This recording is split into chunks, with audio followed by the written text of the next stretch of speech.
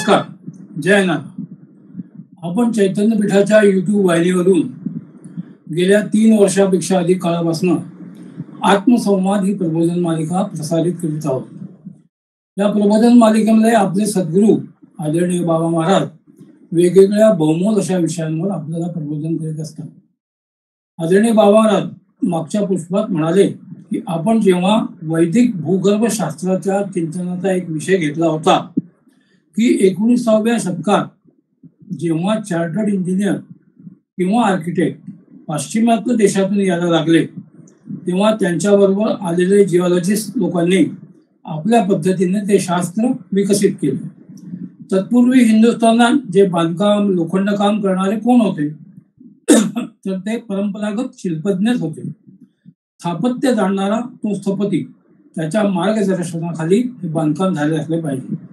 आज त्या अनुषंगाने संदर्भ ग्रंथ उपलब्ध आहेत. स्थापत्य वेदाचा जाणकार तो स्थपती.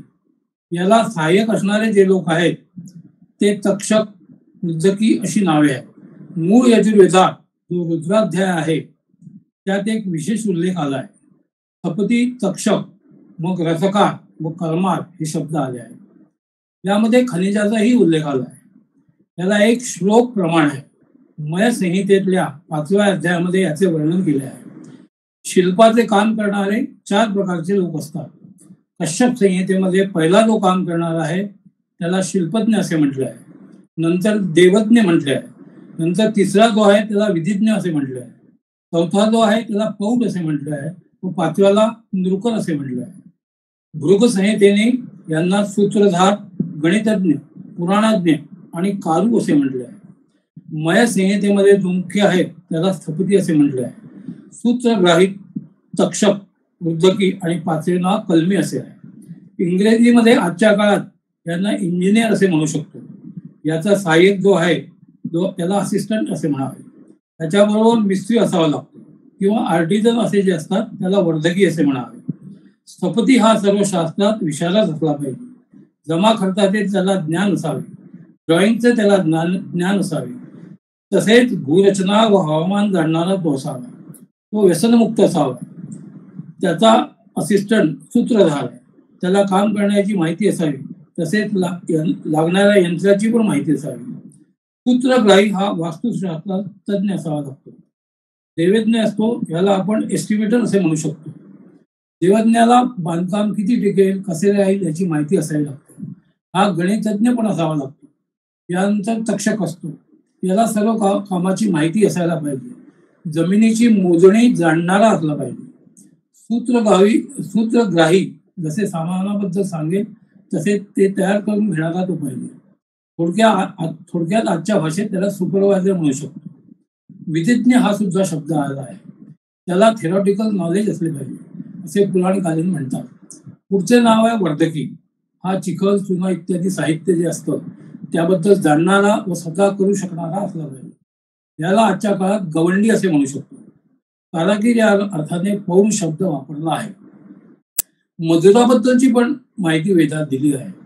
या स्थपतीच्या म्हणण्याप्रमाणे हे सर्व वागणारे असावे. नोकर हा शब्द देखील आला आहे. याला आपण नोकर म्हणू शकतो. स्थपतीला विश्वकर्मा असेही बहुमानाने म्हटले आहे. त्यांनी त्याच्या खालच्या लोकांना संतुष्ट ठेवावे असे म्हटले आहे. शिल्पशास्त्रात जसा जसा विस्तार होत गेला त्याप्रमाणे त्याबद्दलच्या विद्या देखील विस्तारित झाल्या. कृषी, भूजल, खनिकर्म असा विस्तार झाला. याच्या पुढे खूप विस्तार झाला. कृषीशास्त्रात वृक्षविद्या, पशुविद्या, जलशास्त्रात संश्लेषण विद्या, स्तंभन विद्या, खनिकर्मात देखील असा विस्तार झाला. सेतुविद्या, घंटापद विद्या असे विस्तार झाले. मंदिर विद्या, प्रासाद विद्या अशा प्रकारच्या वेगवेगळ्या विद्यांचा प्रसार होत गेला. भस्मीकरण विद्या देखील प्रसार पावली. समभूमी विद्या, सेतू विद्या, विमान विद्या या देखील निर्माण झाल्या. अशा पद्धतीने वेगवेगळ्या विद्यांचे अद्भुत असे वर्णन करून आदरणीय बाबा महाराजांनी आपल्या प्रबोधनाला स्वल्प विराम दिला. मी बाबा महाराजांना विनंती करतो त्यांनी आजच्या प्रबोधनाला सुरुवात करा. नमस्कार.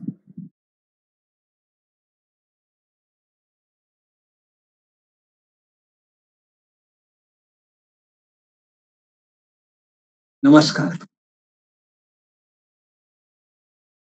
आपण गेल्या काही पुष्पांपासून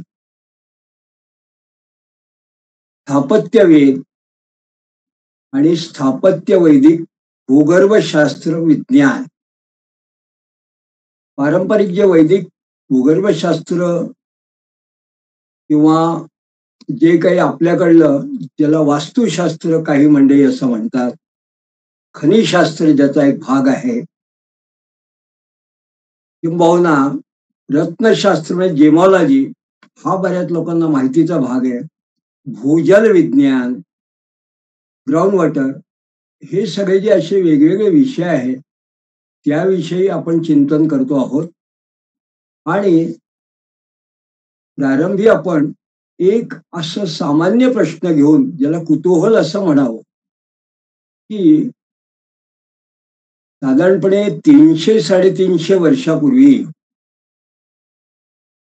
ब्रिटिश लोक किंवा त्याच्या आधीचे सुरुवातीचे काही अन्य असतील पाश्चात्य, हे लोक येण्यापूर्वी भारतामध्ये ज्या पद्धतीने मोठमोठे किल्ल्यांची निर्मिती झाली, मंदिरांची निर्मिती झाली, तलावांची निर्मिती झाली, काही ठिकाणी भुयारांची निर्मिती आहे, आणि हे सगळं जे काही त्या ठिकाणी कन्स्ट्रक्शन झालेलं आहे, हे करणारे इंजिनियर, आर्किटेक्ट आणि त्यांना बरोबर सहाय्य करणारे असे जसे मॅशनरी वर्कर जे असतात, त्यांच्याच बरोबर आपण असं म्हणतो की त्यांच्या बरोबर भूगर्भशास्त्र म्हणजे ज्यांना खनिकर्माचं ज्ञान आहे, रत्नशास्त्राचं ज्ञान आहे, खनिज संपदा याचं ज्ञान आहे, विशिष्ट प्रकारचे खनिज हे कुठे मिळतील, पाणी कुठे मिळेल, त्या पाण्याची साठवण कशी करावी, तलाव कसे बांधावे, आणि मुख्य म्हणजे एखादं शहर किंवा नगर वसवायचं असेल तर त्याचा नकाशा करण्यापासून तर तो जो उंच भूसखल जो असेल त्याचं सपाटीकरण करणं, तिथे वृक्षारोपण करणं, इथपासून तर ज्या भागामध्ये अशा पद्धतीने नगर, किल्ले किंवा अशी माणसांची वस्ती करायची असेल तर त्या भागाची एकंदर भौगोलिक परिस्थिती या संबंधी संपूर्ण ज्ञान निश्चित त्या लोकांना होतं. हे आपण आता कुठल्याही पद्धतीने आडपडदा न घेता सांगू शकतो, कारण ते आपल्याला दिसून येत आहे. 500-500 हजार वर्षापूर्वी झालेली कन्स्ट्रक्शन मंदिर आपण बघतो आहोत. प्रश्न असा, हे ज्यांनी केलं तर त्या सगळ्यांच्या बरोबर जो कोणी तो भूगर्भ तज्ञ, भूगर्भ शास्त्रज्ञ हा जो एक विषय असणारा तज्ञ कोणी असेल, तो कोण असेल, त्या संबंधी आपण जेव्हा माहिती घेतली तेव्हा आपण असं म्हटलंय की त्या काळामध्ये जे काही ग्रंथ उपलब्ध आहेत त्या ग्रंथामध्ये विशिष्ट पद्धतीचे जे काही ग्रंथ आहेत त्याच्यामध्ये काही शब्द आणि संज्ञा उपयोगात आणलेल्या आहेत, त्याला शिल्पशास्त्र असं म्हटलंय. मग आपण असं म्हटलं की स्थापत्य वेदाचा एक भाग म्हणजे जणू काही शिल्पशास्त्र. शिल्प म्हटलं की आपल्या समोर फक्त एक प्रकारची मूर्तिकला किंवा दगडी बांधकाम एवढंच उभं राहतं, पण नंतर असं लक्षात येईल की काष्ठशिल्प म्हणजे त्याला लाकडाची माहिती पाहिजे, वृक्षांची माहिती पाहिजे. आणि शिल्प म्हणजे फक्त मूर्ती तयार करणं नव्हे, तर शिल्प याचा अर्थ एखाद्या घराला जर लाकडाची चौकट बसवायची असेल, दारे खिडकी असतील, तो सुद्धा जो काही आहे तो शिल्पशास्त्राचाच एक प्रकारचा हा सगळा भाग आहे. म्हणजे हे सगळं शास्त्र अवगत असणारा एक वेगळा शास्त्राचा जो तज्ञ आहे, हा जो कोणी आहे हा शिल्पशास्त्रज्ञ किंवा भूवैज्ञानिक आहे. हा सुद्धा त्या काळात या स्थापत्य किंवा स्थापत्य शास्त्राच्या ज्ञाते लोकांबरोबर, तो तक्षक असो, वर्धकी असो, सूत्रग्राहीण असो, या सगळ्यांच्या बरोबर याची सुद्धा माहिती ठेवणारा कुणी ना कुणी त्यांच्याबरोबर असणार आहे. आणि याचा शोध घेता घेता मग आपण असं म्हटलं की या शास्त्रामध्ये नेमकं पारंपरिक पद्धतीने काय आहे तेव्हा आपल्याला असं लक्षात आलं की या शास्त्रामध्ये अनेक असे विषय आहेत जे आजच्या अर्वाचीन अशा भूगर्भ शास्त्रामध्ये आज अभ्यास केला जातो त्यांचा. म्हणजे आजचा जो एखादा आधुनिक जर भूगर्भ शास्त्रज्ञ असेल, तो जेव्हा BSc आणि MSc करतो, तेव्हा तो जे विषय शिकतो ते ते कसे आहेत, तर मी प्रारंभी म्हटले की ते विषय हे पाश्चात्य संज्ञा, पाश्चात्य ज्याला आपण नॉमिनिक्लेचर म्हणतो, त्या रॉक्सची नावं, मिनरल्सची नावं, फॉसिल्सची नावं, असं सगळं धरून आपण त्या पद्धतीने शिकतो. आपण शिकतो याचा अर्थ की आज जेव्हा युनिव्हर्सिटीमधून एखादा जिओलॉजिस्ट बाहेर पडतो, तेव्हा त्याच्या डोळ्यासमोर पाश्चात्य किंवा ब्रिटिश ही जी नावं आहेत ती त्याच्या डोळ्यासमोर असतात. म्हणून मग आम्ही सांगताना जेव्हा असं म्हणतो की आम्ही कोणचा दगड आहे, हा ग्रेनाइट आहे का, की हा डोलोमाइट आहे का, किंवा आणखी फोनोलाइट आहे का, की टोनोलाइट आहे, की अशा पद्धतीचे गोंडालाइट आहे का, गोंडाईट आहे का, अशी नावं आपण बघतो. आणि पंचायत काय होती की ही नावं आहेत तशी मिनरल आहे. मग तो लॅब्रोडोराइट आहे, फेल्डस्पार आहे, प्लॅजिओक्लेस आहे, अशी नावं. या सगळ्या नावांना काहीतरी अर्थ आहे, पण ही सगळी पाश्चात्य नावं आहे. आणि मग ही नावं डोक्यात ठेवून जेव्हा एखादा हा जिओलॉजिस्ट जर खेड्यात गेला किंवा एखाद्या जंगलात गेला आणि त्यांनी जर तिथल्या माणसाला विचारले की हा दगड कोणचा आहे, तर याच्या डोळ्यासमोर चित्र वेगळं असतं, नाव वेगळं असतं. आणि तो जो माणूस असेल तो असतो त्याला जुनं काहीतरी प्राचीन परंपरागत काहीतरी नाव त्याला माहिती असतं. मग या नवीन माणसाचा गोंधळ कशामुळे होतो, त्या पाश्चात्य पद्धतीने त्याचं सगळं ट्रेनिंग झालं असल्यामुळे. मग याच्यातून एखादा काही वेगळा विषय निघेल का, असा विचार करता करता असं लक्षात आलं की जसं पाश्चात्य देशामध्ये या विषयाची निर्मिती का झाली असेल, जिओलॉजी हा स्वतंत्र विषय, तर पाश्चात्य देशातला जिओलॉजीचा इतिहास पाहताना असं लक्षात येतं की त्यांच्या देशामध्ये, मग ते इंग्लंड असो, युरोप असो, अमेरिकेचा इतिहास हा 100-150 वर्षाचा आहे, पण तरी सुद्धा मायन कल्चर ज्याला म्हणतात, मय संस्कृती, मायन ही त्यांच्या इकडे तशी पारंपरिक जुनी आहे. पण साधारणपणे पाश्चात्य देशात, युरोपमध्ये वगैरे ग्रीक आणि रोमन हे जे काही त्यांच्या संस्कृती आहे, त्याच्यामध्ये आपल्याला असं लक्षात येतं की मुळामध्ये जिओलॉजी, त्यातला जिओ हा शब्द त्या संस्कृतीतच आलेला आहे. जिओ म्हणजे पृथ्वी किंवा भू.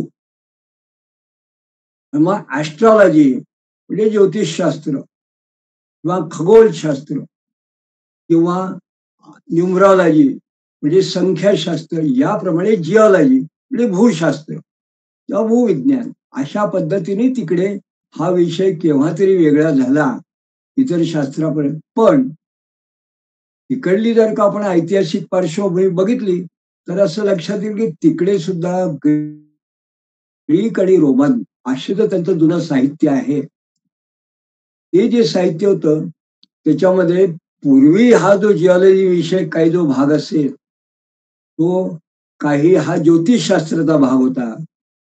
आपण जेव्हा अरिस्टॉटल, कोपर्निकस वगैरे या लोकांच्या आपण जेव्हा बघतो, तेव्हा यांच्या जेव्हा आपण कथा बघतो, तेव्हा किंबहुना अगदी आत्ताचे जे विज्ञाननिष्ठ लोक आहेत, सायंटिस्ट लोक आहेत, मग न्यूटन असो किंवा अगदी आईन्स्टाईन असो, तर या लोकांविषयी सुद्धा असं होतं की यांना ज्योतिषशास्त्राचा याचा अभ्यास होता. ज्योतिषशास्त्र आणि भूशास्त्र असा त्यांना त्या पद्धतीने केल्यामुळे काही वेळा या लोकांना ज्योतिषी असंच म्हटलं गेलंय. म्हणजे पाश्चात्य देशात सुरुवातीला हा जो पृथ्वी विशिष्ट जो काही अभ्यास असेल, हा ज्योतिषशास्त्राचाही भाग होता. मग काही लोकांना जेव्हा रसायनशास्त्राचा काही भाग करायचा होता, ज्याला किमयागार असे लोक म्हणतात, अल्केमीज, हे जेव्हा शास्त्र केव्हा तरी धातुशास्त्र आलं असेल किंवा सोन्याचे शोध घेणं, धातूंचा लोखंडाचा शोध घेणं, त्या काळात मेटलर्जी म्हणून जो भाग असेल तो रसायनशास्त्राचा भाग, त्यात सुद्धा जिओलॉजीचा काही भाग हा त्या रसायनाचा भाग होता. म्हणजे इथे सुद्धा पाश्चात्य देशात सुद्धा साधारणपणे 18व्या शतकापर्यंत हा जो भूगर्भशास्त्र किंवा भूविज्ञान आहे, हा वेगवेगळ्या शास्त्राचा कुठेतरी असा एक वेगळा भाग होता. तर आपण त्यांच्याच संदर्भाने म्हणू शकतो. मग त्यांचा इतिहास काय सांगतो, तर त्यांचा इतिहास असं सांगतो की 18व्या शतकामध्ये हटन नावाचा एक जो गृहस्थ, त्याचं मुख्य उद्दिष्ट हा खनिकर्म म्हणजे मायनिंग आणि खनिज हे प्राप्त करणं, मिनरल एक्सप्लोरेशन याच्या दृष्टीने, अभ्यास करण्याच्या दृष्टीने आणि त्याचा प्रॅक्टिकल उपयोग कसा करून घ्यायचा या खाणकाम वगैरे या करण्यासाठी, म्हणून त्यांनी स्वतंत्रपणे हे सगळे संदर्भ गोळा करून एक विषयाची निर्मिती केली. त्यांनी केली असं म्हणण्याचं कारण काय? आज जर का आपल्यासारखी जी तरुण मंडळी यांनी जर गुगलवर बघितलं, तर फादर ऑफ जिओलॉजी असं या व्यक्तीविषयी म्हटलं जातं, हटन या व्यक्ती. म्हणजे पाश्चात्य देशात 18व्या शतकात या ग्रस्ताला त्यांनी पितृपद दिलंय. हा माणूस हा फादर आहे. यांनी ही जिओलॉजी विषय सुरुवात केली. आणि त्यानंतर मग तो विषय 2 शतकं तिकडे गेल्यानंतर त्या विशिष्ट पद्धतीचा अभ्यासाचा पुरवणा करणारी जी मंडळी तिकडून हिंदुस्थानात आली, ईस्ट इंडिया कंपनीच्या बरोबर किंवा त्यांनी बोलवण्यामुळे, आणि त्यांनी जेव्हा भारतामध्ये खनिज उत्पादन किंवा खनिकर्म म्हणजे मायनिंग सुरुवात केली, मग आपल्याकडे आज आपण म्हणतो की मॅग्नीजचे साठे होते, कोळचे साठे होते, डायमंड आपल्याकडे होतं, सोनं होतं आपल्याकडे. या सगळ्या ज्या खाणी होत्या, या खाणी जेव्हा त्यांनी त्याचा ताबा घेऊन एक प्रकारे तिथून जेव्हा उत्पादन सुरू करायचं होतं त्यांना, तेव्हा त्यांनी ते जे लोक आपल्याकडे आले, ते तिकडले जिओलॉजिस्ट, त्यांनी त्यांच्यासाठी म्हणून एक विशिष्ट वर्ग तयार करायचा.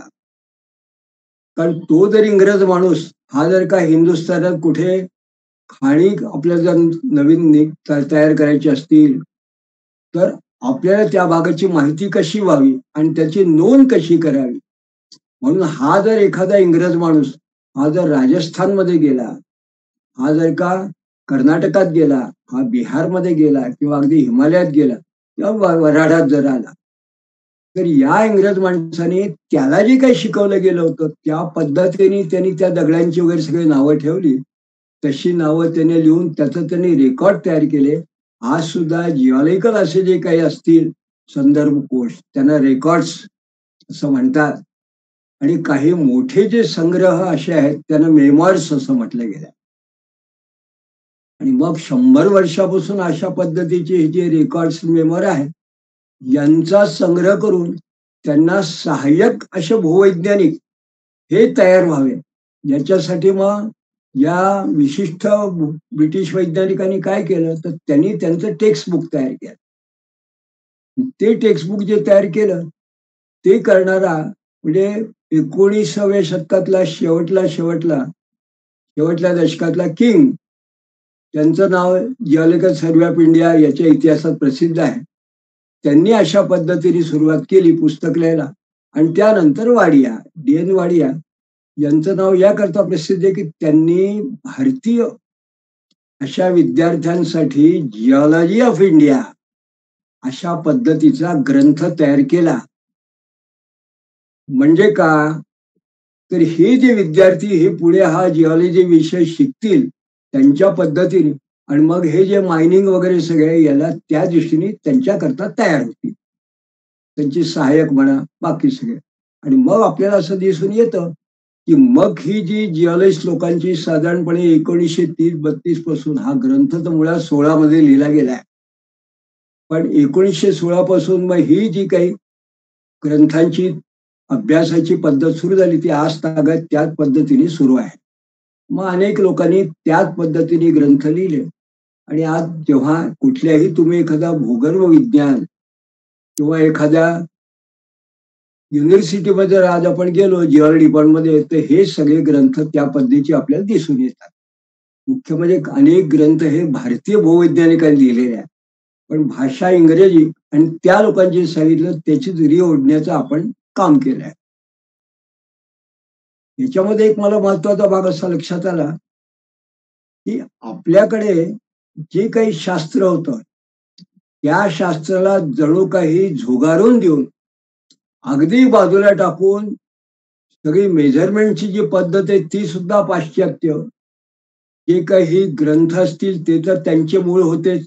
कारण मी स्वतः सुद्धा 50 वर्षापूर्वी 68 ते 72 या काळामध्ये तेच आर्थर होम किंवा टेरिल वगैरे अशा पाश्चात्य लोकांच्या फॉरेनच्या लोकांचीच पुस्तकं वाचून वाचून मी तयार झालो. पण सांगायचं तात्पर्य असं की हे जे ग्रंथ होते या ग्रंथातला मूळ जो त्यांचा आशय होता तो खाणकाम करणे, खरी कर्म, मायनिंग हा त्यातला मूळ उद्देश होता.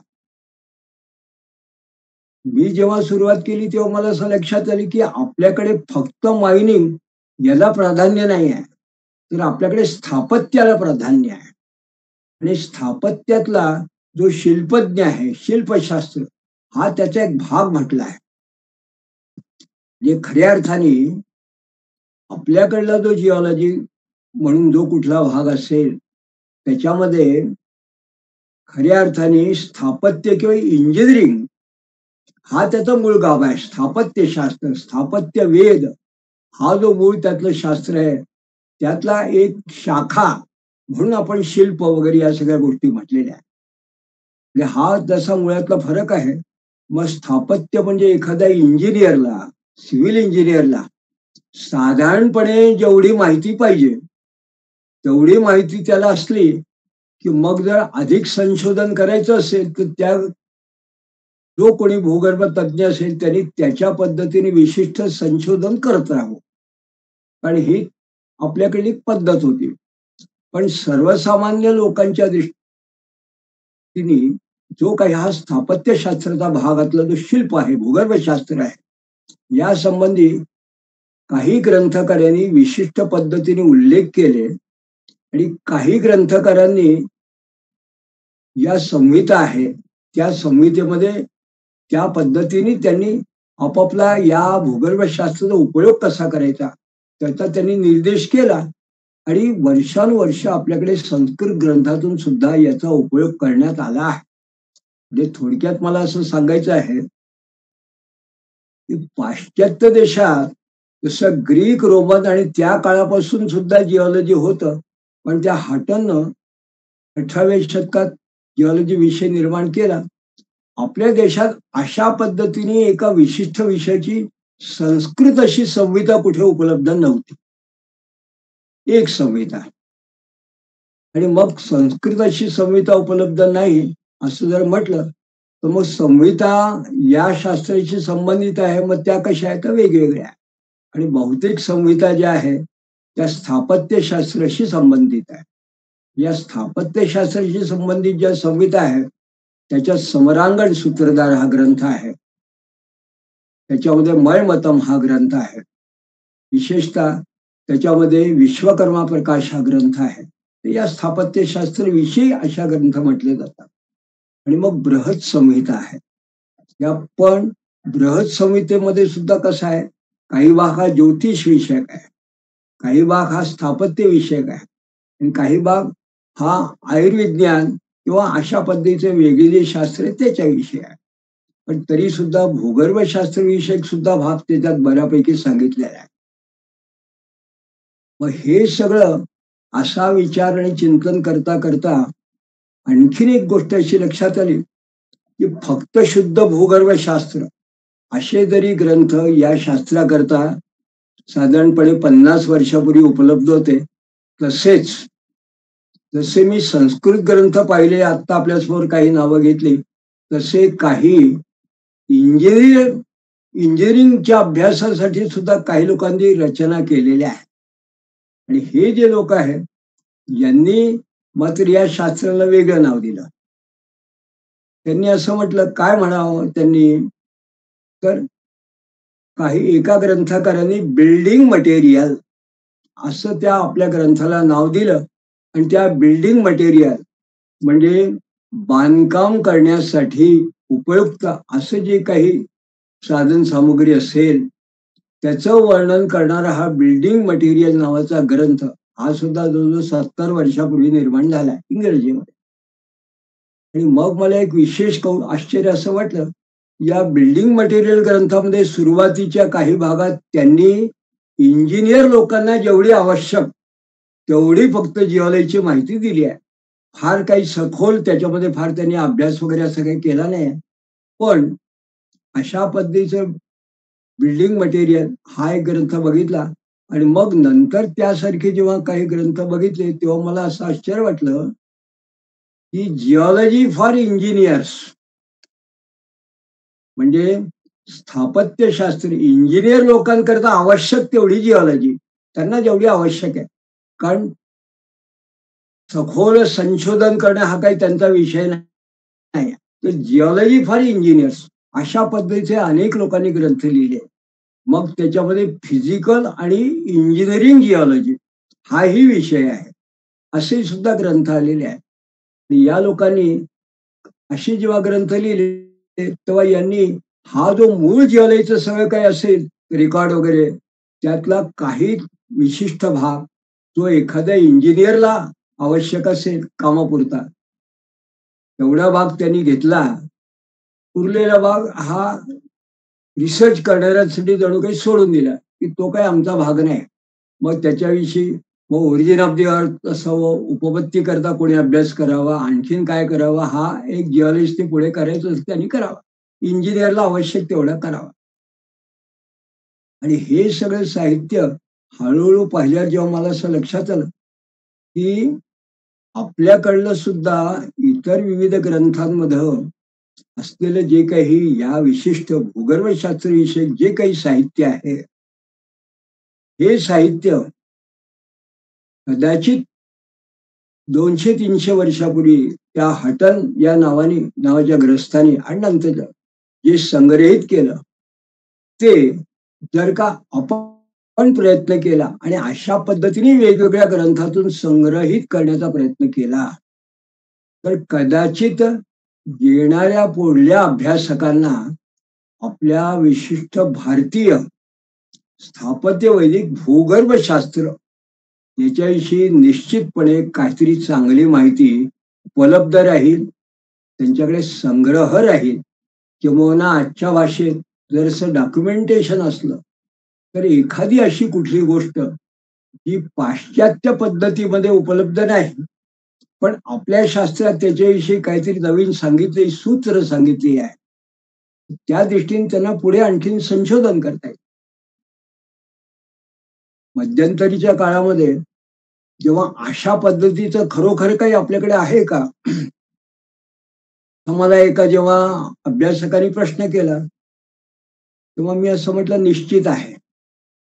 काय आहे तर सध्या तरी एखाद्या भागात जर भूकंप होणार असेल तर ते भूकंप कुठे होणार आणि केव्हा होणार याच्याविषयी अनुमान काढण्याचं तंत्र हे सध्या विकसित जरी असलं, त्याचा अभ्यास करण्याचं तंत्र जरी सिस्मॉलॉजी या पद्धतीने विकसित आहे सध्या, पण तो त्याचा पूर्वानुमान हे किती काळ आधी काढता येईल याच्याबद्दल काही शास्त्र अजून विकसित झालं नाही.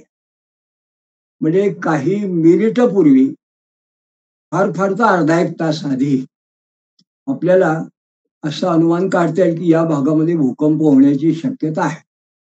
पण जेव्हा साधारण 1,500 ते 2,000 वर्षापूर्वीचा ग्रंथ आणि ग्रंथकार म्हणजे वराहमिहिर हा बृहत्संहिता ग्रंथ लिहिणारा हा जेव्हा असं म्हणतो की काही महिने आधी देशातल्या कुठल्या भागात भूकंप होणार आहे हे तो अनुमानाने सांगतो किंवा ते अनुमान कसं करावं, कसं काढावं याचं तो तंत्र सांगतो, हे निश्चितपणे आपल्याला कुठेतरी लक्षात येण्यासारखं आहे. हे आपल्या शास्त्रात आहे आणि याच्याविषयी सुद्धा आधुनिक शास्त्र संशोधन होऊ शकतं. ते बरेच वेगवेगळे जेव्हा विषय आहेत ते आपल्या चिंतनात आपण घेणार आहोत. पण अशा पद्धती जेव्हा संहतीकरण करायचं म्हटलं तेव्हा सगळ्यात आधी प्रश्न असा होता किंवा असे सुरुवातीला प्रारंभी कुठले ग्रंथ आपण बघावे ज्याच्यामध्ये आपल्याला हवं ते अभिप्रेत असलेलं पण आधुनिक भूगर्भशास्त्र भूविज्ञान आहे याच्यात प्रॅक्टिकल एखादा माणूस जर का भूगर्भशास्त्रज्ञ भूवैज्ञानिक म्हणून काम करत असेल, त्याला उपयुक्त अशा पद्धतीचं काय काय माहिती त्याच्यामध्ये आपल्याला घेता येते.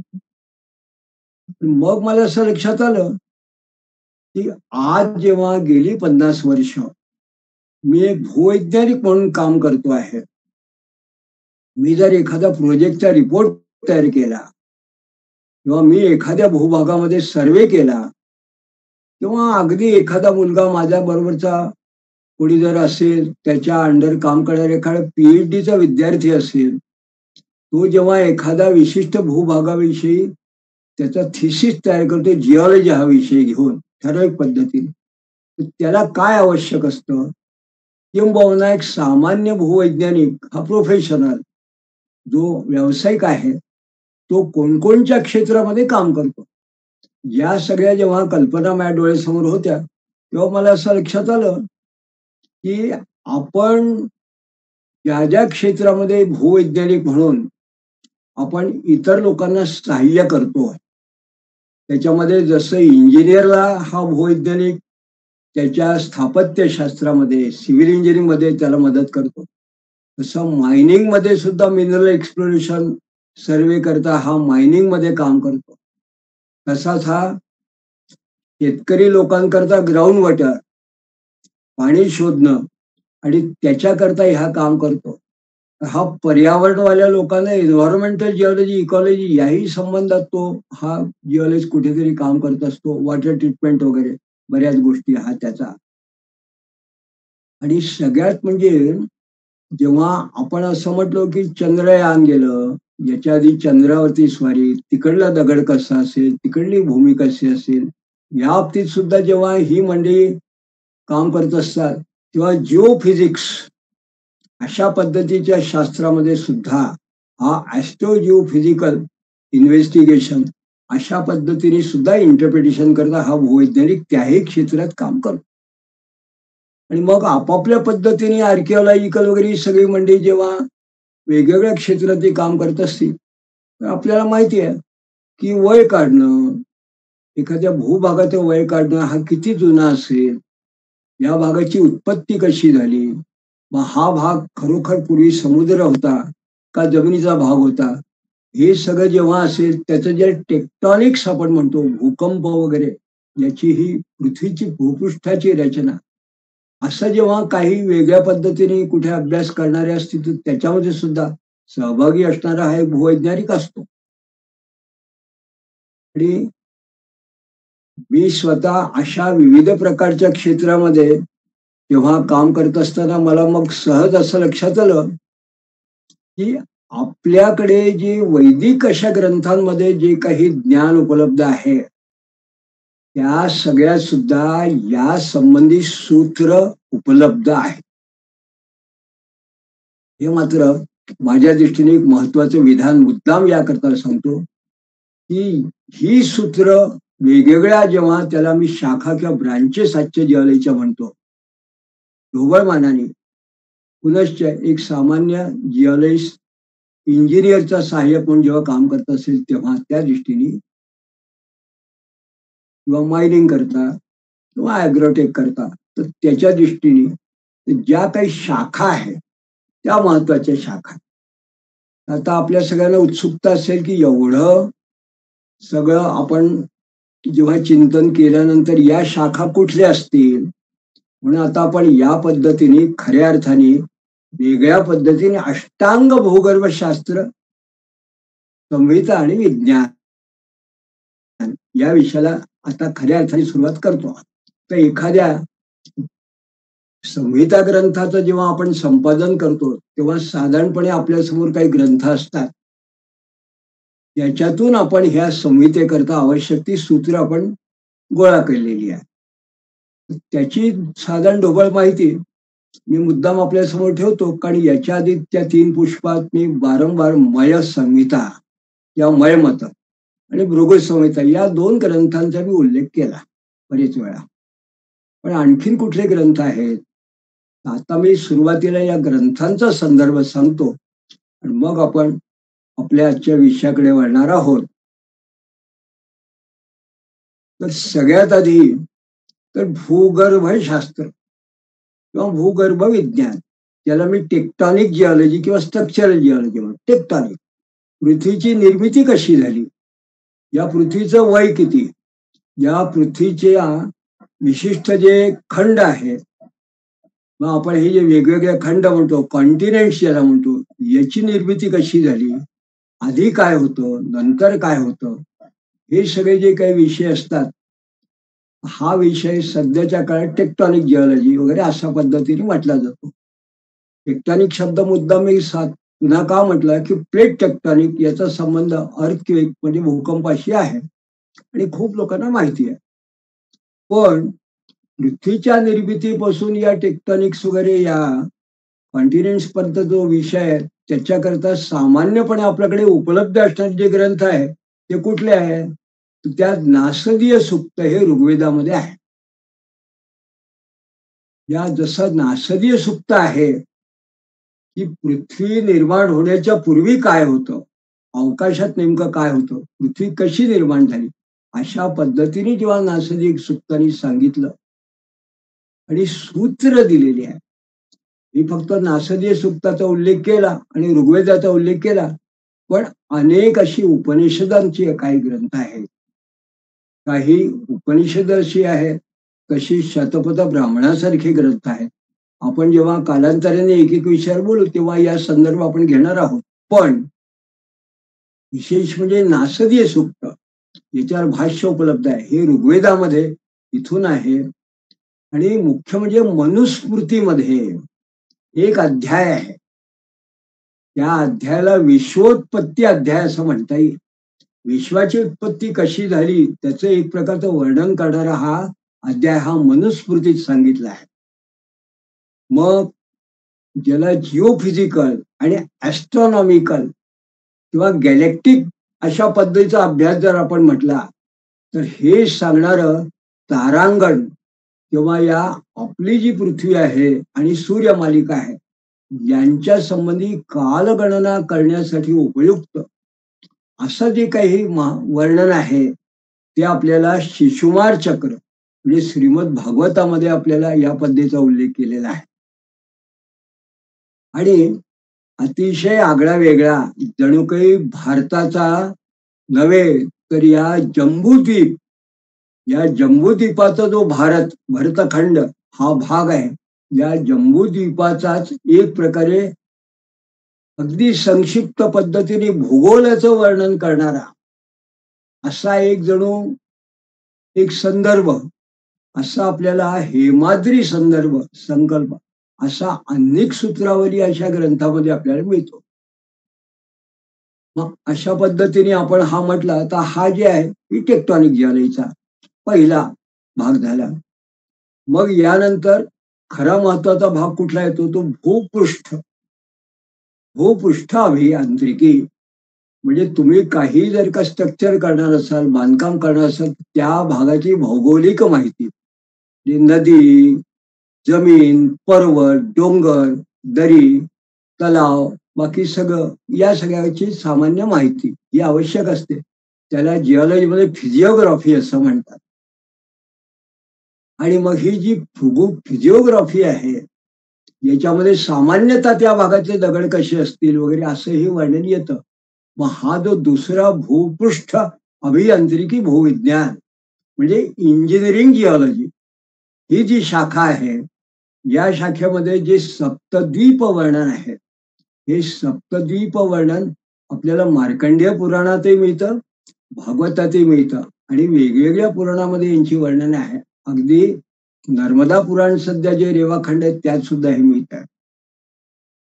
त्याच्यापेक्षा एक वेगळ्या पद्धतीने विस्तारित असं वर्णन आपल्याला एक मिळतं, त्याला कूर्म विभाग असं म्हटलं आहे. आणि हे कूर्म विभाग म्हणजे जिओग्राफिकल ज्याला आपण डिस्ट्रीब्युशन म्हणावं, हा बृहत संहिता ग्रंथात आहे. आणि मग भूगोल संहिता आपण जी विचार घेतो आहे त्याच्यामध्ये शिल्पशास्त्रात सुद्धा वेगळ्या पद्धतीने मग एक भौगोलिक असं फिजिकल नव्हे तर जिओग्राफिकल आणि फिजिओग्राफिकल अशा पद्धतीचं वर्णन आपल्याला भूपृष्ठ अभियांत्रिकी भूविज्ञान म्हणजे इंजिनिअरिंग जिओलॉजी असं आपल्याला मिळतं त्याच्यामध्ये. जेव्हा आपण इंजिनिअरिंग जिओलॉजी म्हटलं तेव्हा आपल्याला मग त्यातला बाकीचा जो काही तांत्रिक भाग आहे तो सुद्धा मग आपल्याला भूगोल संहितेत मिळतं. मग याच्यामध्ये याच्यात बरोबर आपल्याला जणू काही याचा भाग म्हणजे भूस्तर विज्ञान, स्टॅटिग्राफी याला इंग्लिशमध्ये असं म्हणतात. कुठल्या टाईपचे रॉक्स आहे, कसे आहेत, कुठल्या भागात आहे, हा जो भाग आहे आणि याची उत्पत्ती कशी झाली, तर याचं जर वर्णन आपल्याला पाहायचं असेल तर मग आपल्याला सर्ग प्रतिसर्ग हा जो मनवादी जो अध्याय आहे, मन्वंतरी ही आपल्याकडली पारंपरिक कालगणना आहे. युगगणना, मन्वंतराची कालगणना ही ज्याला पाश्चात्य जिओलॉजीमध्ये इपॉक असं म्हणतात किंवा आर्कियन, कॅम्ब्रियन, सायलोरियन अशा पद्धतीची कालगणनेप्रमाणे जे त्यांनी वर्गीकरण केले आहे त्याला आपल्याकडे मन्वंतर गणना असं म्हटलं आहे. त्या कालगणना ही कालमापन पद्धती आपल्याकडे आहे. ती आपल्याला भागवतात जशी मिळते तसं एक महत्वाचं म्हणजे आपण हा जो हिंदुस्थान किंवा भारतवर्ष आपण बघतो आहोत या संपूर्ण भारताचं हिमालयापासून कन्याकुमारी पर्यंत आणि पश्चिम सागरापासून बंगालच्या सागरापर्यंत आज जो काही आपण भाग बघतोय या सगळ्या भागाचं एक प्रकारचं सामान्यपणे जिओग्राफिकल डिव्हिजन वर्गीकरण, भौगोलिक वर्गीकरण आणि त्याच्यात असणारे महत्वाचे डोंगर, नद्या वगैरे यांचं वर्णन करणारा एक अतिशय महत्वाचा ग्रंथ आहे. आणि हा ग्रंथ कुठला आहे? हा स्कंद पुराण आहे. या स्कंद पुराणाला का महत्व आहे? या स्कंद पुराणी त्या काळामध्ये संपूर्ण भारताचं एक प्रकारे भौगोलिक वर्णन करणारा अशा पद्धतीने यांनी आपल्या ग्रंथात वर्णन करून ठेवलं आहे. आणि त्या काळात अर्थात लोकांना सांगण्यासारखं काय असेल तर त्या भागात नगर कुठली आहेत, त्या भागात नदी कुठली आहे, त्या भागामध्ये मंदिरं कुठली आहेत, देवता कुठल्या आहेत, लोकांना ते चटकन लक्षात. म्हणून त्या पद्धतीचं त्यांनी ज्याला आपण मायथॉलॉजी म्हणतो अशा मायथॉलॉजिकल अशा पद्धतीने त्यांचं वर्णन केलं. पण भौगोलिक वर्गीकरण करणारा असा प्रदेशानुसार जे खंड वगैरे आपण म्हटलं त्याचं वर्गीकरण स्कंद पुराणात मिळतं. आणि मग उत्पाद आदी ज्याला आपण डायस्ट्रॉफिक म्हणतो किंवा स्ट्रॅटेजिक असे म्हणतो तर अशा पद्धतीचे जे काही आपल्याला नवीन उत्पाद ज्याला म्हणतो सुनामी वगैरे असे बरेच प्रकारचे असू शकतात. अतिवृष्टी आहे, अनावृष्टी आहे, भूकंप आहे, कदाचित ज्वालामुखीचा उद्रेक आहे, अशा पद्धतीचे उत्पाद असतात. यांचं वर्णन जे आहे हे आपल्याला बृहत संहिता या ग्रंथाच्या आधाराने आपण बघितलं. आणि मग खऱ्या अर्थाने भूजल आणि खनिकर्म, जिओलॉजी आणि मायनिंग, ग्राउंड वॉटर. तर ग्राउंड वॉटर मायनिंग याच्याकरता द्रगाल कलम हा एक खरा पूर्ण अध्याय हा आपल्याला बृहत संहितेत मिळतो. त्याच्यात वॉटरशेड मॅनेजमेंट, वॉटर डिवायनिंग वगैरे या पद्धतीचं वॉटर ट्रीटमेंट असंही आहे.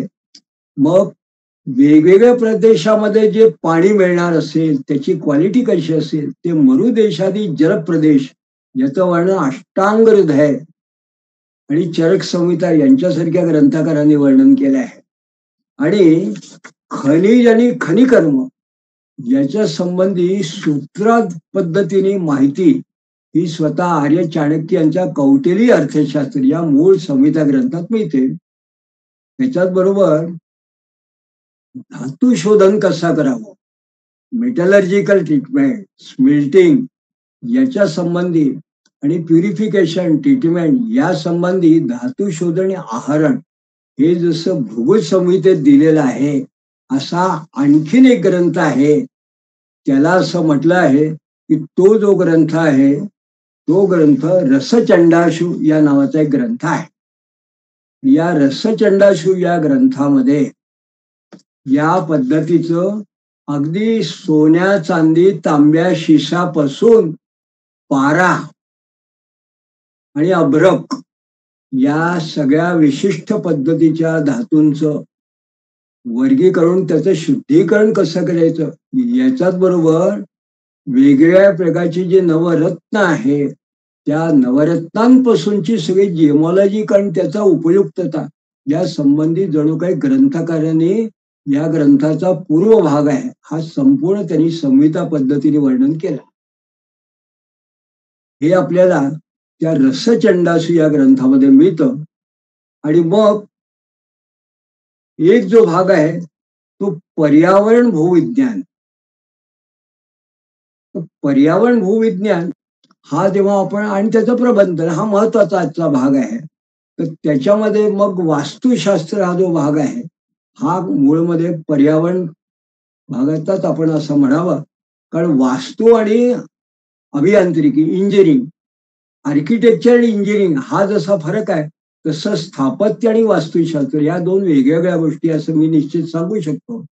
म्हणून वास्तुशुद्धीकारक वास्तुशांती कशी करावी आणि त्याकरता काही जी ट्रीटमेंट भाग आहे तो हा जसा बृहत्संहितेत आहे, पण त्याच्याही पेक्षा याच्या शुद्धिक्रियांसाठी जे तंत्र आहे हे आपल्याला अथर्ववेदामध्ये आपल्याला मूळ मिळतं. आणि या अथर्ववेदामध्ये बरोबर एक आणखीन महत्वाचा भाग म्हणजे वृक्ष आयुर्वेदाध्याय. वृक्षांची एक विशिष्ट प्रकारचं उपचार तंत्र जणू काय हा आयुर्वेदाचा भाग म्हणून त्यांनी दिलाय वृक्षांचं. म्हणजे जर आपण एखाद्या म्हटलं की architecture, landscape planning, plantation, forestation या सगळ्याचा अभ्यास करायचा असेल, हा जसा जिओलॉजीला इकॉलॉजी आणि एन्व्हायरमेंट मध्ये महत्वाचा आहे तसा आपल्या शास्त्रात वृक्षा आयुर्वेदाध्याय हा जसा बृहत संहितेचा एक भाग म्हटलेला आहे तसा हा पर्यावरण भूविज्ञानाची ही एक शाखा या संबंधी एन्व्हायरमेंटल जिओलॉजी ही आपल्याला मिळते. आणि मग त्याबरोबर वानस्पत्य आणि भेषज या दोन शाखा म्हणजे इकॉलॉजी किंवा जिओ बॉटनिकल अशी जी आपण म्हणतो, आणि भेषज म्हणजे मेडिकल. मेडिकल जिओलॉजी हा गेल्या 20 वर्षात साधारणपणे नवीन पद्धतीने समोर आलेला हा एक विषय आहे जिओलॉजीचा. आज मी ज्या विषयी बोलतोय हे सगळे जिओलॉजीच्या ब्रांचेस विषयी कोणी जर गुगलमध्ये गेला आणि सर्च केलं त्याला या सगळी माहिती निश्चित मिळते, त्याला ग्रंथही सापडते. मेडिकल जिओलॉजी त्यांनी सर्च केली त्याला असं लक्षात आले की सध्या जिओलॉजिकल सर्वे ऑफ इंडिया या संस्थेचं एक वेगळ्या पद्धतीचं शाखा आहे ही मेडिकल जिओलॉजीची, त्याच्यात ते सातत्याने अभ्यास करतात आहे. मी मात्र या मेडिकल जिओलॉजीचा अभ्यास वेगळ्या पद्धतीने 1984-85 पासून करतोय. का? पण त्याच्या मागला जो अप्रोच होता की बायोजिओ केमिकल एन्व्हायरमेंटल इम्पॅक्ट, म्हणजे विशिष्ट पद्धतीचं जे पर्यावरण असेल त्यात बायोजिओ केमिकल या वातावरणाचा माणसावर होणारा परिणाम आणि एकंदर परिसरावर होणारा परिणाम, तसं त्याचा माणसावरती आणि माणसाचा त्याच्यावर हे जे अभ्यास करणारे असे जे आहेत. मध्यंतरी आपण असं बघितलं की पेंडेमिक स्टडीज, याच्यात जर का ह्युमन बायोजिओ केमिस्ट्री असं आपण म्हटलं तर मग आपल्याला लक्षात की मानवावरती या पर्यावरणाचा काय प्रभाव होतो आणि माणसाचा पर्यावरणावर काय प्रभाव होतो या गोष्टीचा अभ्यास करणारा विशेषतः प्रकृतीविषयक म्हणून त्याला मेडिकल जिओलॉजी असं नाव दिलं.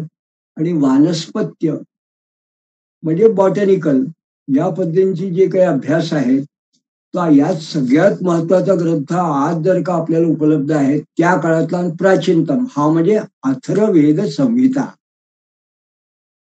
या अथर्ववेद संहितेमध्ये अध्यायाचे अध्याय हे औषधी सूक्त नावाचे आहे. त्यात पिप्पली, औदुंबर वगैरे असे काही विशिष्ट अध्याय आहे. कृषी पराशर नावाचा ग्रंथ आहे हा स्वतंत्रपणे याविषयी आपल्याला सांगतो. आणि भेषज होम या संबंधी माहिती त्याच्यात सांगितली आहे. शिवाय भेषज होम याच्याबरोबर दैवी चिकित्सा नावाने सुद्धा या विशिष्ट औषधींचा आणि वेगळ्या पद्धतीने कशा पद्धतीचा उपयोग करायचा असेल त्याला आपण पर्यावरण पंचभौतिक चिकित्सा असं म्हणू शकतो, याला देवी चिकित्सा असा सुद्धा वेगवेगळ्या प्रकारच्या ग्रंथांमध्ये उल्लेख आपल्याला दिसून येतो. तर अशा पद्धतीने आपण जर बघितलं तर आता मात्र आपण असं म्हणू शकतो की एक वेगळ्या प्रकारच्या 8 शाखा, या आज एखादा भूगर्भशास्त्रज्ञ जिओलॉजिस्ट जेव्हा अभ्यास करतो त्या सगळ्या 8 शाखा या आपल्या पारंपरिक स्थापत्य वैदिक भूगर्भशास्त्रात सुद्धा उपलब्ध आहे, फार अथर्ववेदापासून. संक्षेपाने कोणी म्हटलं तर मग भूपृष्ठ आणि अभियांत्रिकी, मग भूस्तर आणि भूजल, खनिकर्म, पर्यावरण, भैषज, वनस्पतिक आणि भूगर्भ अशा वेगवेगळ्या पद्धतीने या 6 शाखा आहेत. आणि या शाखा आता आपण जेव्हा एखाद्या इंजिनिअरिंग जिओलॉजीचं पुस्तक आपण घेतलं तर मला असं सांगायचं आहे की एखाद्या जिओलॉजिस्टने जर सहज बघितलं असं लक्षात येईल की या शाखांचा त्याच्यामध्ये पाश्चात्य पद्धतीने वर्णन केलेलं आहे. म्हणजे जणू काही भारतीय इंजिनिअरिंग जिओलॉजी किंवा स्थापत्य वैदिक भूगर्भशास्त्र संहिता अशा पद्धतीने आपण जे काही या सगळ्या वेगवेगळ्या ग्रंथांमधून आपण काही विषय जो निवडून घेतला त्या पद्धतीने आपण आता याच्यापुढे चिंतन करणार आहोत. विशेष म्हणजे काय फक्त एवढेच ग्रंथ आहेत का, एवढ्याच ग्रंथांनी अभ्यास होतो असं आहे का? तर आज मला या ठिकाणी मुद्दाम असं सांगायचं आहे, 1996 मध्ये मी जेव्हा वास्तुदोष चिकित्सा विज्ञान हा आर्किटेक्टच्या मुलांना आणि काही प्रमाणात इंजिनिअरिंग कॉलेजच्या सिव्हिल इंजिनिअरिंगच्या मुलांसाठी एक अभ्यासासाठी म्हणून एक ग्रंथ लिहिला, हिंदीत लिहिला. कारण मध्य प्रदेश माळवा वगैरे भागामध्ये हिंदी भाषिक लोकांचा मोठा वर्ग आहे, विद्यार्थ्यांना सहज व्हावं म्हणून वास्तुदोष चिकित्सा विज्ञान हा जेव्हा ग्रंथ लिहिला तेव्हा बरीचशी आज मी जे माहिती चर्चा करतोय त्याचीही मी त्यात चर्चा केली 96 मध्ये. कारण त्याचा अभ्यास मी साधारण 86 मध्ये सुरुवात केली होती नोट्स वगैरे काढायला. पण मुख्य म्हणजे त्यावेळेस माझ्याकडे जी ग्रंथांची संख्या उपलब्ध होती माहिती म्हणून, प्रत्यक्ष ग्रंथ किंवा तरी कुठे लायब्ररीत दिसला, कोणाच्या घरी मिळाला, काही लोकांनी सांगितला, असे सूचक त्या काळात मिळाले. पण ती संख्या जवळजवळ 150 ते 250 अशा ग्रंथांची संख्या मी बघितली या शास्त्र संबंधित. आणि काही महत्वपूर्ण ग्रंथांची नावं, जवळजवळ 100-100-125 ग्रंथांची नावं मी त्या माझ्या वास्तुदोष चिकित्सा या ग्रंथाच्या पहिल्या अध्यायामध्ये मी उद्धृत केली आहे.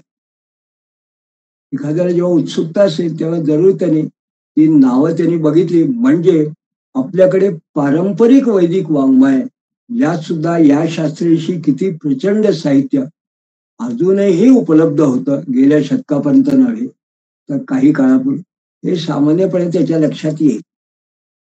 तेव्हा आता इथं आपण हा पूर्वाभ्यास असं म्हणून ही सगळी माहिती केल्यानंतर आजपासून आपण एक वेगळ्या विषयाला तर सुरुवात करू. की काय तर भूपृष्ठ संबंधी माहिती. भूपृष्ठ, फिजिओग्राफी किंवा जनरल जिओलॉजी. जनरल जिओलॉजीमध्ये आपला जो देश आहे, भौगोलिक प्रदेश आहे, याची सामान्य माहिती आपल्याला असायला पाहिजे. म्हणजे तो स्थपती असो, इंजिनियर असो, वर्धकी सात्विकी जो कोणी असो, आर्किटेक्ट असो, या सगळ्यांना माहिती असायला पाहिजे. आणि सामान्य माणूस जो असेल त्याला तर निश्चित याकरता माहिती असायला पाहिजे की त्याला आपल्या देशाच्या भूगोलाविषयी माहिती पाहिजे. मग याची आपण जेव्हा सुरुवात करतोय म्हटलं तर ही सुरुवात करताना सगळ्यात आधी मला लक्षात येतो तो स्कंद पुराण. स्कंद पुराण याचा उल्लेख थेट भागवतात आहे. भागवत म्हटलं की महाभारत कालापर्यंत त्याचे सगळे उल्लेख दिसतात. म्हणजे अतिशय प्राचीन असणाऱ्या मूळ 18 पुराणापैकी असणारा हा स्कंद पुराण. या स्कंद पुराणापासून आपण जेव्हा सुरुवात करतो सामान्य माहिती, या स्कंद पुराणाच्या प्रारंभिक विवेचनात जर आपण असं बघितलं, ज्याला आपण इंडेक्स असं म्हणू सुरुवातीलाच, की याच्यात काय काय विषय आहे, तर या स्कंद पुराणामध्ये आतापर्यंत उपलब्ध असणाऱ्या 3-4 वेगवेगळ्या ठिकाणच्या ज्या स्कंद पुराणाच्या संहिता आहेत, त्याच्या 2 प्रकारचा या भारतवर्षाचं वर्गीकरण केलेलं आहे. 2 प्रकार असं म्हणण्याचं कारण असं, की काही लोकांनी या संपूर्ण भारतवर्षाचं वर्गीकरण हे 7 खंडात केलं आहे. स्कंद पुराणाचे संपादन काही संस्थांनी केलं आणि काही लोकांनी 8 खंडात केलं आहे. म्हणजे हा जो भारतवर्षाचा भाग आहे, याचं वर्गीकरण करताना त्यांनी 8 भागात किंवा 7 भागात अशा पद्धतीने वर्गीकरण. ही एक प्रकारची भौगोलिक ज्याला विषय प्रवेश करावा अशा पद्धतीचं आहे. तर मग हे वर्गीकरण कसं आहे? तर हे जे 7 खंड आहेत, त्यामधला जो मूळ खंड आहे, हा एक आहे पहिला, जो ज्याला असं म्हणतात त्याला माहेश्वर खंड असं म्हटलं आहे. माहेश्वर खंड.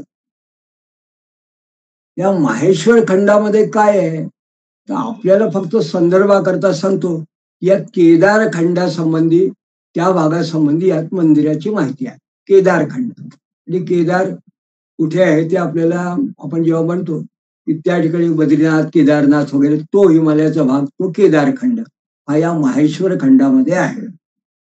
आणि याच्यामध्ये आणखीन जो काही भाग आहे, त्याच्यामध्ये अरुणाचल हे नाव त्याच्यात आलेलं आहे. म्हणजे पूर्वोत्तर हा जो भागातला जो काही अरुणाचल प्रदेश वगैरे आहे, त्याचा स्कंद पुराणामध्ये हा जो भाग आहे, त्याला त्यांनी माहेश्वर खंड किंवा केदार खंड, अरुणाचल असे खंड त्याला म्हटलं आहे. दुसरा जो खंड आहे त्याला वैष्णव खंड म्हटलं आहे. मग वैष्णव खंड म्हणजे कुठला आहे? यात व्यंकटाचल किंवा भूमी वाराह खंड. व्यंकटाचल म्हटलं की आपल्या लक्षात येईल की तिरुपती वगैरे हा तिकडला दक्षिणेचा भाग. मग त्याच्याच बरोबर आणखीन तिकडला कुठला भाग आहे, तर त्यात पुरुषोत्तम क्षेत्र म्हणजे जगन्नाथपुरी, हा भाग याच्यात त्याच्यात सांगितला आहे. त्याच्याच बरोबर या वैष्णव खंडामध्ये बद्रिकाश्रम महात्म्य आलेलं आहे. आणि अशा पद्धतीने हे बद्रिकाश्रम, पुरी वगैरे ह्या भागांचं वर्णन याच्यात जसं आलं आहे, तसं मग जो खंड आहे त्याच्याच बरोबर आणखीन हा जो तिसरा खंड आहे, यांनी कुठला भाग त्याच्यामध्ये आपण असं म्हणावं की संदर्भात घेतला असेल, तर त्याच्यामध्ये अयोध्या खंड आहे. अयोध्या महात्म्य खंड म्हणजे अयोध्यापर्यंतचा भाग त्यांनी घेतला. आणि मग वासुदेव महात्म्य म्हणजे त्याच भागातला उत्तर प्रदेशातला काही भाग त्यांनी घेतला. मग ब्राह्मखंड आहे. हा ब्राह्मखंड जो आहे, याच्या सेतू महात्म्य खंड आहे. सेतू महात्म्य खंड म्हटल्यावर आपल्याला एकदम पार थेट तिकडे आपल्याला रामेश्वरमचं आपल्या लक्षात येतं. म्हणजे रामेश्वरांचा तो भाग आहे. आणि मग त्याच्यामध्ये धर्मारण्य महात्म्य म्हणजे त्या भागातलं केरळ आणि दक्षिणेतला जो भाग आहे, तो जो भाग अरण्यात तो तिथला आहे. मग त्यानंतर एक जो भाग आहे तो स्वतंत्र काशी खंड त्यांनी असं म्हटलंय. काशी सगळ्यांना माहिती आहे, त्यामुळे काशी खंड हा एक वेगळा स्वतंत्र भाग आहे.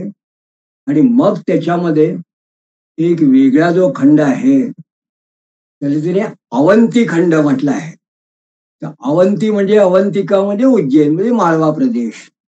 मग याच्यामध्ये अवंती प्रदेश म्हणजे माळवा हा सगळा जो भाग आहे याचं त्यात वर्णन त्यांनी केलं आहे. मग त्याच्यामधला एक भाग जो आहे हा रेवा खंड आहे. रेवा खंड म्हणजे नर्मदेच्या तटाने आसपास असलेला जो भाग आहे हा रेवा खंड आहे. त्याचं त्याच्यामध्ये वर्णन केलं. हे केल्यानंतर याच्याच बरोबर आणखीन जे खंड आहे त्याला त्यांनी नागरखंड असं म्हटलं आहे. हा नागरखंड काय आहे, तर नागरखंड पूर्वार्ध आणि उत्तरार्ध या नागरखंडाचं काही ग्रंथकारांनी वर्णन करताना, भाष्यकार वर्णन करताना त्याला तापी खंड असं म्हटलंय. म्हणजे नर्मदेच्या पलीकडे तापी, हा तापी मधला जो भूप्रदेश आहे, हा सगळा तापीवाला भूप्रदेश जो गुजरातचा काही भाग आणि महाराष्ट्रातला काही भाग हा जो आहे, हा याला नागरखंड म्हटलाय. आणि उत्तरखंड जो आहे हा उत्तरार्धात हा गुजरातचा भाग असं सांगतो. मग एक शेवटला जो मोठा खंड आहे तो काही लोकांनी 7वा म्हटला आहे, काही लोकांनी 8वा म्हटला आहे. तर हा जो खंड आहे याला त्यांनी असं नाव दिलंय प्रभास खंड. प्रभास म्हणजे कुठला? तर प्रभास पट्टण म्हणजे वेरावळ. किंवा आपल्या गुजरातचा आपल्या सगळ्यांना माहिती आहे की हा जो समुद्र तिकडला पश्चिम सागराचा जो भाग आहे. पण मुद्दाम आणखीन सांगायचं म्हणजे या प्रभास क्षेत्र हा जो खंड आहे याच्यात वस्त्रापथ म्हणून नावाचा एक खंड आहे. आणि वस्त्रापथ म्हणजे काय? तर गिरनार.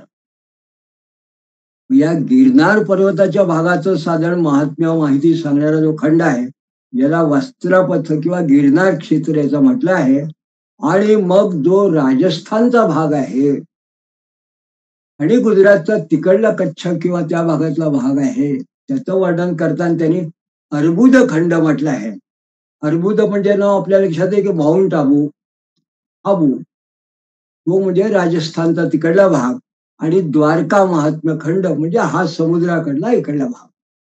म्हणजे अशा पद्धतीने आपण जर बघितलं तर थेट अरुणाचलापासून तर खाली रामेश्वरम पर्यंत आणि द्वारका आणि माउंट आबू वगैरे गिरनार पासून तर जगन्नाथपुरी पर्यंत किंवा त्याच्याच बरोबर काशी वगैरे इकडला या सगळ्या वेगवेगळ्या भागांची वर्णन करणारा हा स्कंद पुराण ग्रंथ आहे. आपण फक्त खंडांचं वर्गीकरण केलं. पण हे वर्णन करत असताना या ग्रंथ जर मूळ कोणी बघितला तर कितीतरी हजार 17-18 हजार वगैरे अशा श्लोकांचा हा ग्रंथ. जेव्हा एखाद्या माणसाने जर विस्तृत जर केला तर त्या भागातल्या नद्या, त्या भागातले पर्वत, त्या भागात राहणारे लोक, त्या भागातल्या नगर अशा पद्धतीचं वर्णन सगळं याच्यामध्ये आपल्याला दिसून येतं. आणि हे सगळं वर्णन केल्यानंतर मग आपल्याला एक महत्वाची भाग अशी आहे की हे जसे वर्णन आपल्याला मिळतात पण हे वर्णन आहे हे भारतवर्षाचं आहे.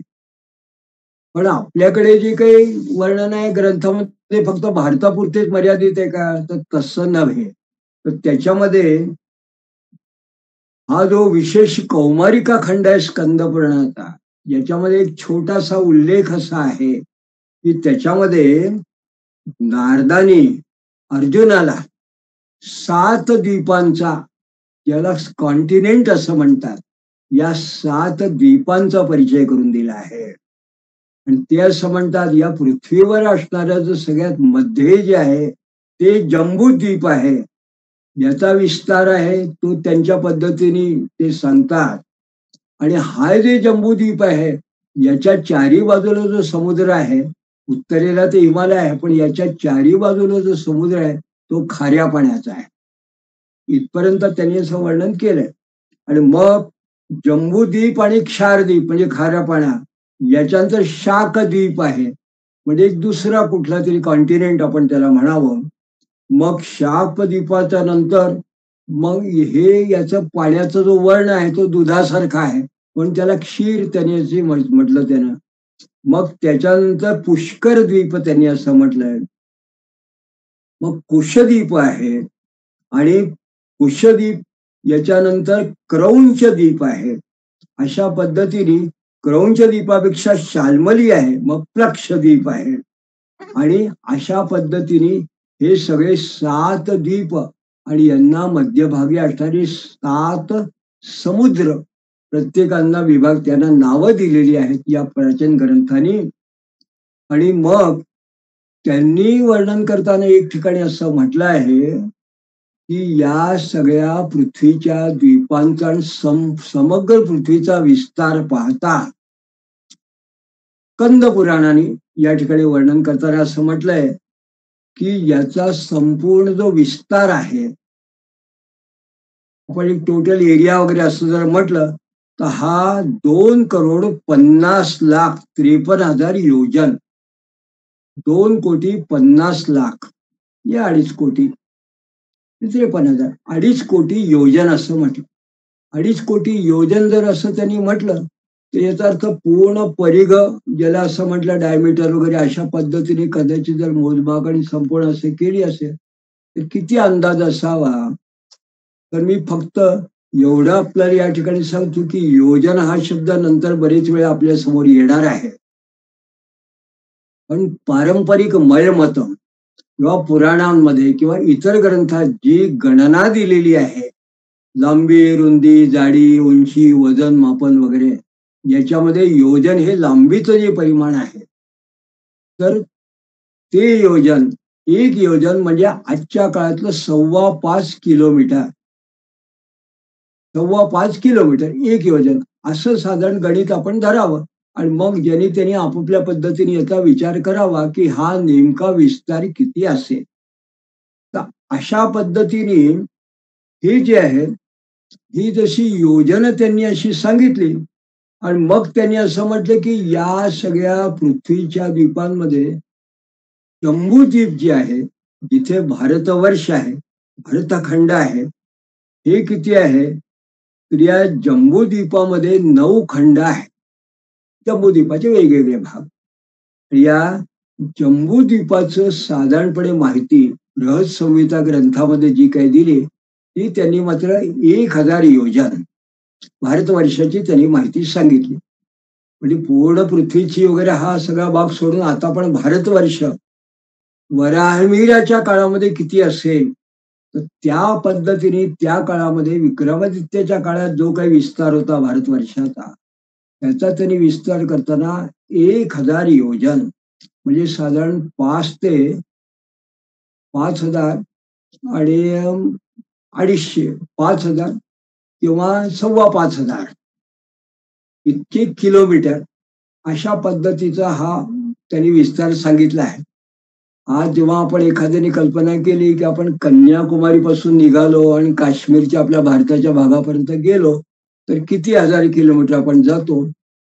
पण या दृष्टीने कल्पना केली तर मग आपण त्या काळामध्ये या भारतवर्षाचा विस्तार किती होता याची साधारण आपल्याला कल्पना येईल. त्याला आपल्या या पुराण ग्रंथाने भारतवर्ष असं म्हटलेलं आहे. हा 1000 योजन विस्तार.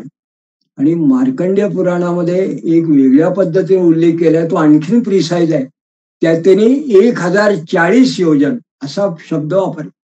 म्हणजे कदाचित त्यांनी आणखीन वेगळ्या पद्धतीने गणित करून त्यांनी जे म्हटलं ते 1040 इतकी योजन असं त्यांनी म्हटलंय त्यांनी.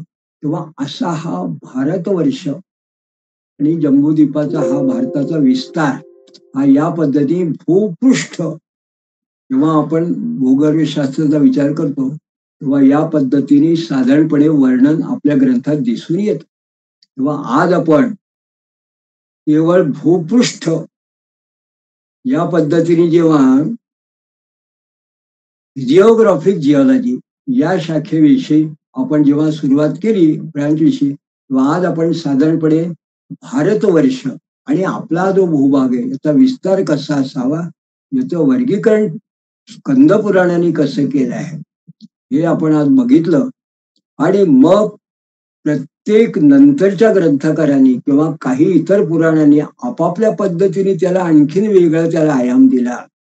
तर वेगळ्या पद्धतीने हे वर्गीकरण भारतवर्षाचं हे वराहमिहिराने केलेलं आहे.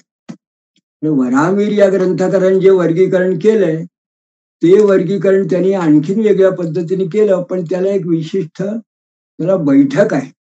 बैठक आहे म्हणजे त्याला काहीतरी त्याची कल्पना आहे.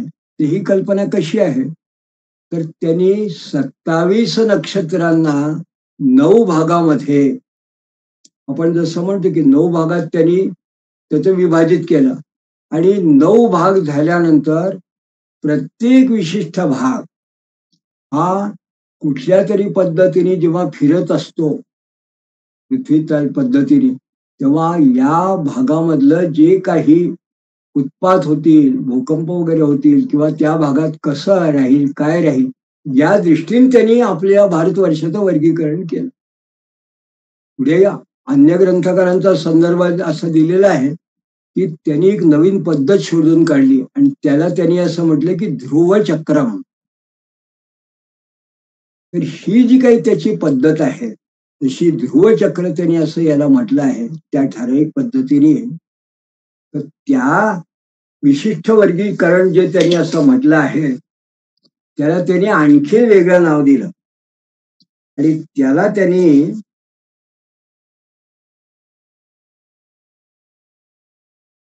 जे विशिष्ट नाव दिलेलं आहे ते नाव अतिशय आकर्षक नव्हे, तो खूप उत्सुकता वाढवणार आहे. म्हणून फक्त ते नाव सांगून मी आजचा विषय ते थांबवणार आहे.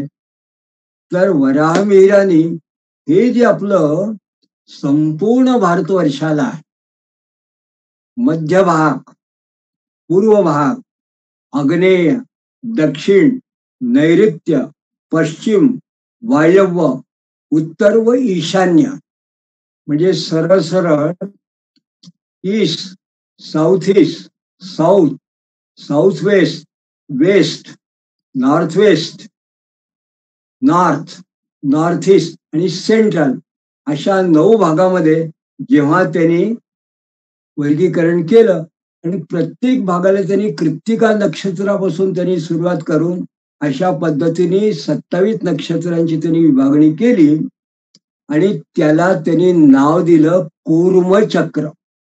कासव जसा एखादा असं पृष्ठभाग असेल, गोलाकार पृष्ठभाग कासवाचा, तसा जणू की आपला हा भारतवर्षाचा हा जो भाग आहे, हा एक प्रकारचा हा जो पृष्ठ आहे, भूपृष्ठ, याला त्यांनी कूर्म असं म्हटलं.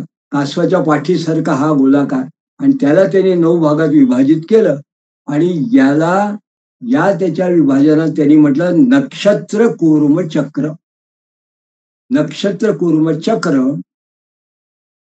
आणि त्याने या संबंधी सुरुवात करताना जो श्लोक म्हटलेला आहे, तो श्लोक मी या ठिकाणी सांगून मी आजचा विषय या ठिकाणी संपवणार आहे. वराहमिहिर असं म्हणतो, नक्षत्र त्रय वगैराग्ने या देई व्यवस्थिते नवधा भारतवर्षे मध्य प्रागादी विभाजिता देशा. या अशा पद्धतीने भारतवर्षाचं नक्षत्र पद्धतीने त्यांनी विभाजन केलं. आणि पुढे आता या बाबतीत तो काय सांगतो हे आपण पुढल्या पुष्पात बघणार आहोत. तोपर्यंत सिद्धांत अवधूत चैतन्य श्री गुरुदेव दत्त.